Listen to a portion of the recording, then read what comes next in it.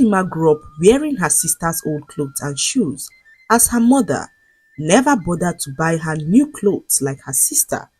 She would always look in admiration as her sister dressed up in beautiful clothes, reminiscing on the day that she would finally wear the beautiful dress, even in its old and faded state.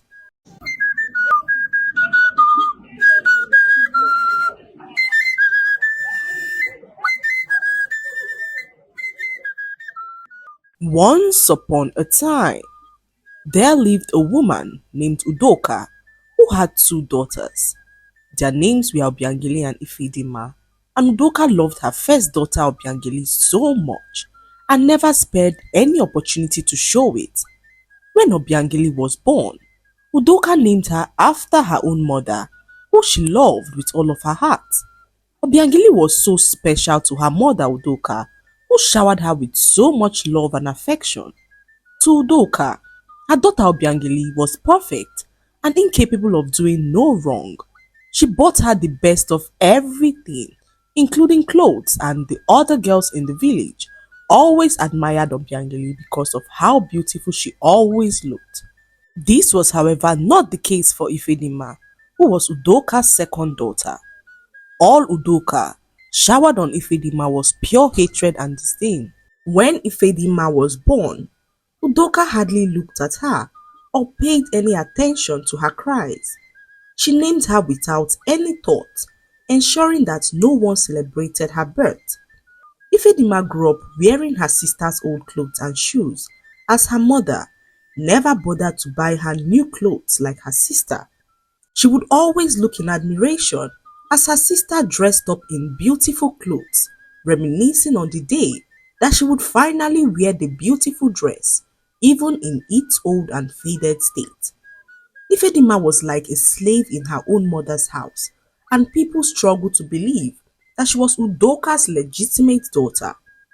Ifedimma would always wake up early in the morning, before anyone else, to take care of her daily chores, as her mother Udoka warned her that all the chores had to be done before she woke up in the morning, whilst her sister Obiangeli still laid asleep in her bed.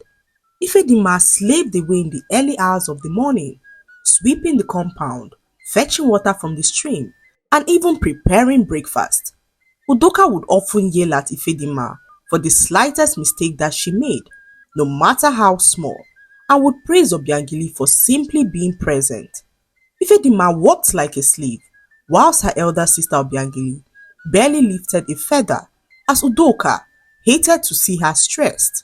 One night, after a very long and stressful day, Ifedimma dozed off as she was preparing dinner.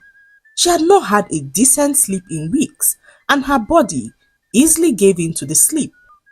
After a few minutes, Ifedimma woke up and realized that the food she was preparing had burnt. The whole kitchen was now filled with smoke, as her mother Udoka rushed in to investigate the source of the smoke. She met Ifedimma standing next to the pot of burnt food.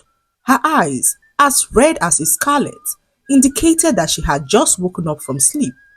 Unable to control her anger, Udoka broke a clay pot on Ifedimma's head as she stormed out in anger. Ifedimma screamed out loud, holding her head in extreme pain.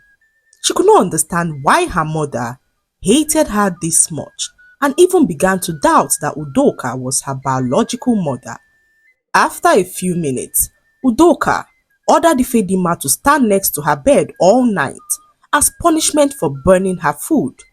Ifedimma stood next to her mother's bed as she watched her sleep.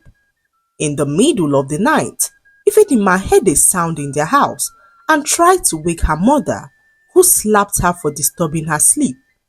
Just as she was about going back to sleep, a gang of armed thieves walked into their house requesting for some money. Udoka had just used up all the money she had to restock her market stall and was left with nothing. The armed men seemed so agitated as they pressed for Udoka to give them the money that she had in the house, but Udoka revealed to them that she had no money.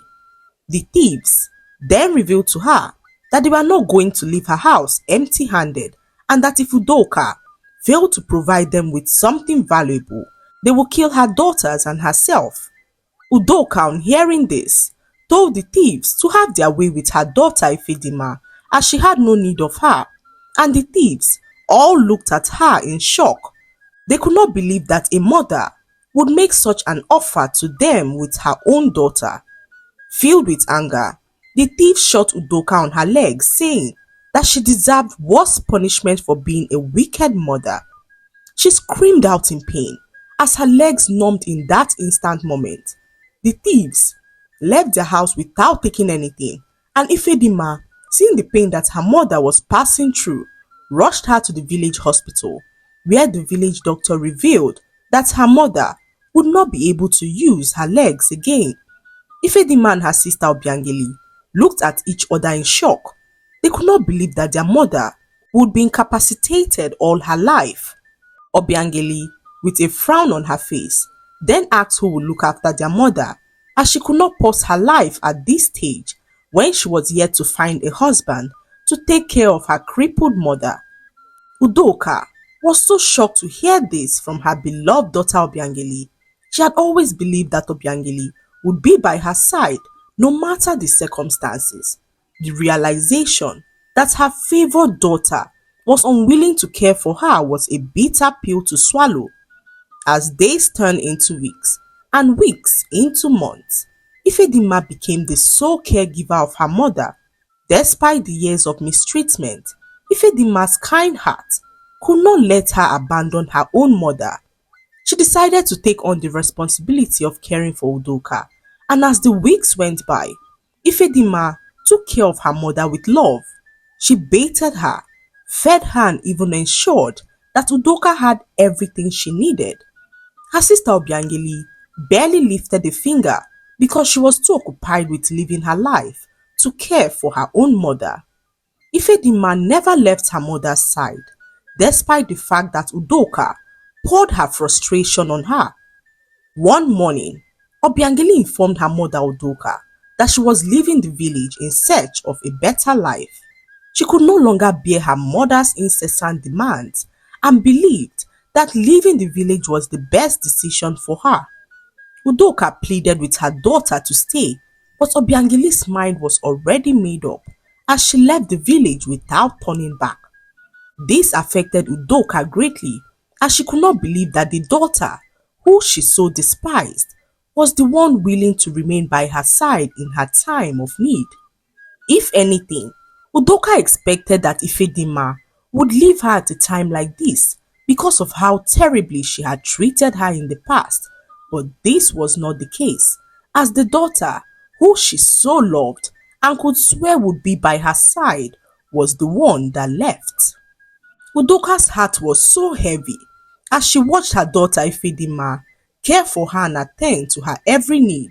What made it worse was that Ifedimma always had a smile on her face when she was caring for her mother, and Udoka could not help but ask Ifedimma why she decided to stay, despite the fact that she had a million reasons to leave.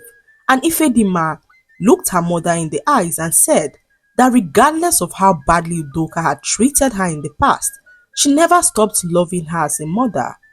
All that she yearned for was for her love to be reciprocated.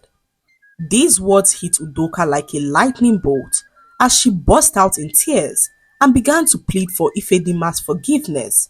I have wronged you in ways that words cannot express, yet you are here, taking care of me with a heart full of love. I am so sorry, my daughter. Ifedimma looked into her mother's eyes and said, I have forgiven you, mother. No action you will take would rid the love I have for you. However, mother, I would like to know why you hated me so much, she asked, and Udoka began to weep as she narrated the whole story to her. When you were born, I was overwhelmed with grief and anger. Your father, whom I loved dearly, passed away shortly before your birth. I blamed you for his death because your pregnancy made me so temperamental. I would yell and scream at him at any given opportunity. On the day that he died, I was yelling at him when he had a heart attack and slumped to the floor. I never got to forgive myself for killing my husband, and decided to blame you for it.